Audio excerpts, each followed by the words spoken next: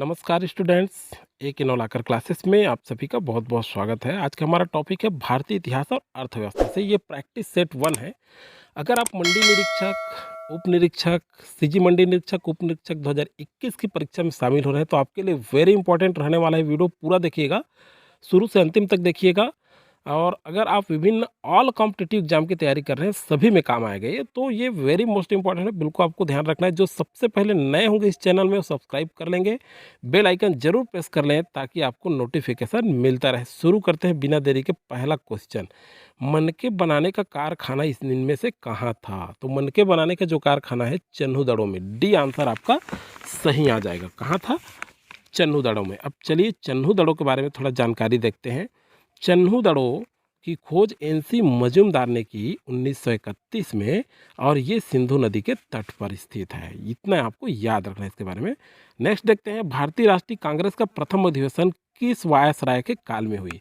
तो ये डफरिन के काल में हुई वायसराय। डफरिन कौन थे? कौन सा वायसराय था?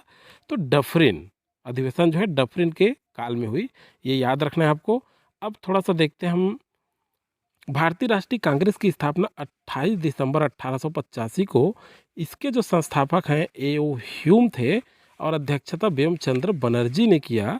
कौन सा कॉलेज में हुई? तो गोकुल दास तेजपाल संस्कृत कॉलेज, मुंबई में। तो याद रखना है आपको, कभी कभी जगह भी पूछ लिए जाते हैं क्वेश्चन में। नेक्स्ट देखते हैं, साइमन कमीशन आयोग कब स्थापित हुआ? तो देखिए 1927 में। कब स्थापित हुआ?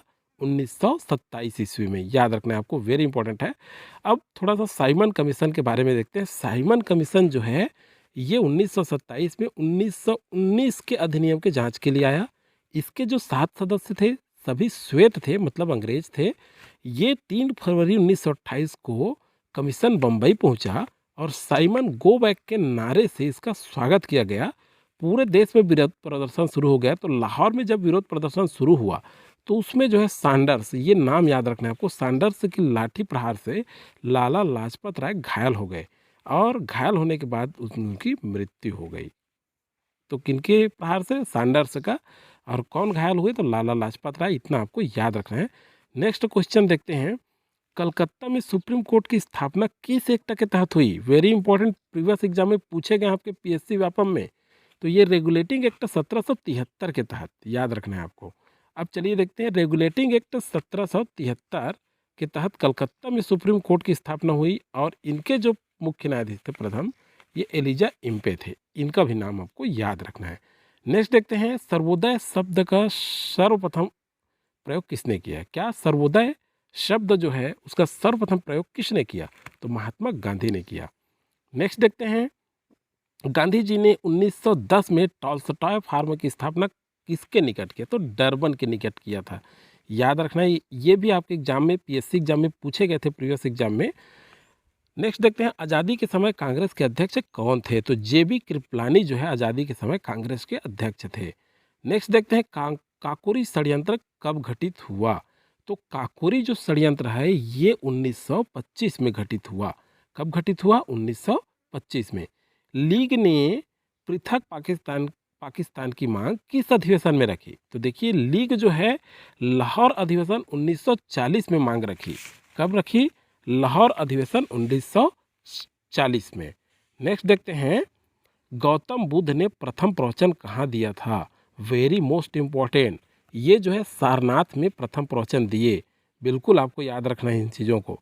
एटक की स्थापना देखिए अपने आप में ये भी याद रखना है। एटक की स्थापना 1920 में हुई। इसके अध्यक्ष कौन थे? तो देखिए 1920 भी सन भी आपको याद रखना है। अध्यक्ष कौन थे? तो लाला लाजपत राय थे। नेक्स्ट देखते हैं, तंजौर के बृहदेश्वर मंदिर का निर्माण किस शासक ने करवाया? तो देखिए तंजौर के बृहदेश्वर मंदिर का निर्माण किसका? राजराजा प्रथम ने करवाया। नेक्स्ट देखते हैं, प्रसिद्ध गुप्तकालीन मंदिर देवगढ़ का दशावतार मंदिर कहाँ स्थित है? तो देवगढ़ का जो दशावतार मंदिर है ये झांसी में स्थित है। कहाँ है? झांसी में स्थित है।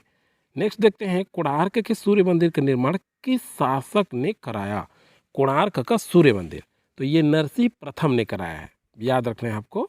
नेक्स्ट देखते हैं, उड़ीसा शैली में मंडप को किस नाम से जाना जाता है? तो देखिए उड़ीसा शैली में मंडप को किस नाम से जाना जाता है? जगमोहन के नाम से जाना जाता है। नेक्स्ट देखते हैं अर्थव्यवस्था। तो भारतीय अर्थव्यवस्था, देखिए भारतीय अर्थव्यवस्था में जो है बॉम्बे स्टॉक एक्सचेंज मुंबई का सूचकांक क्या है। देखिए वन लाइनर देखते चलते हैं, टाइम नहीं हमारे पास इसलिए जल्दी करेंगे, तो नीचे मैं डीप नहीं बता रहा हूँ आपको। बॉम्बे स्टॉक एक्सचेंज मुंबई का सूचकांक है, तो ये BSE है। क्या है? BSE। इसका सही आंसर डी होगा। संपदा शुल्क को किस वर्ष समाप्त किया गया था? किसको? संपदा शुल्क को 1985 में। नेक्स्ट देखते हैं, किस प्रकार के बजट को घाटे या अतिरिक्त दोनों तरह का हो सकता है? कौन सा बजट है जो घाटे अतिरिक्त दोनों तरह का हो सकता है? तो देखिए ये जो है राजस्व बजट, बी आपका सही आंसर है। नेक्स्ट देखते हैं, यदि सरकार की कुल प्राप्ति तथा कुल व्यय का संतुलन नकारात्मक हो तो किसको दर्शाता है? तो ये राजकोषीय घाटा को दर्शाता है। किसको? राजकोषीय घाटा को।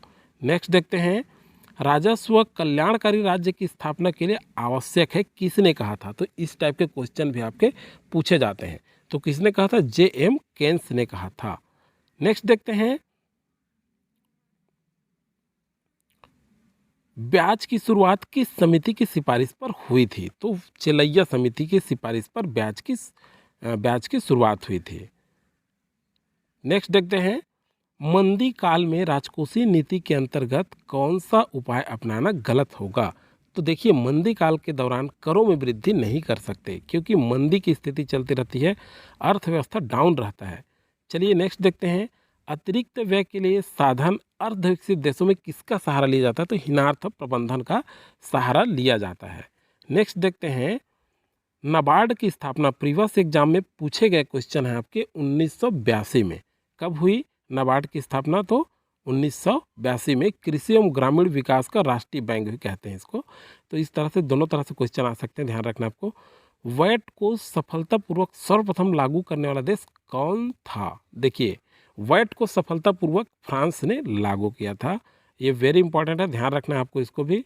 नेक्स्ट क्वेश्चन देखते हैं हम लोग, वस्तु एवं सेवा कर। क्या?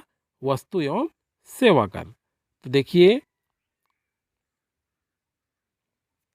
वस्तु एवं सेवा कर GST, goods and service tax, कौन सा कर है? तो ये अप्रत्यक्ष कर है। क्या है ये? अप्रत्यक्ष कर है। नेक्स्ट देखते हैं, भारतीय रिजर्व बैंक का राष्ट्रीयकरण कब किया गया?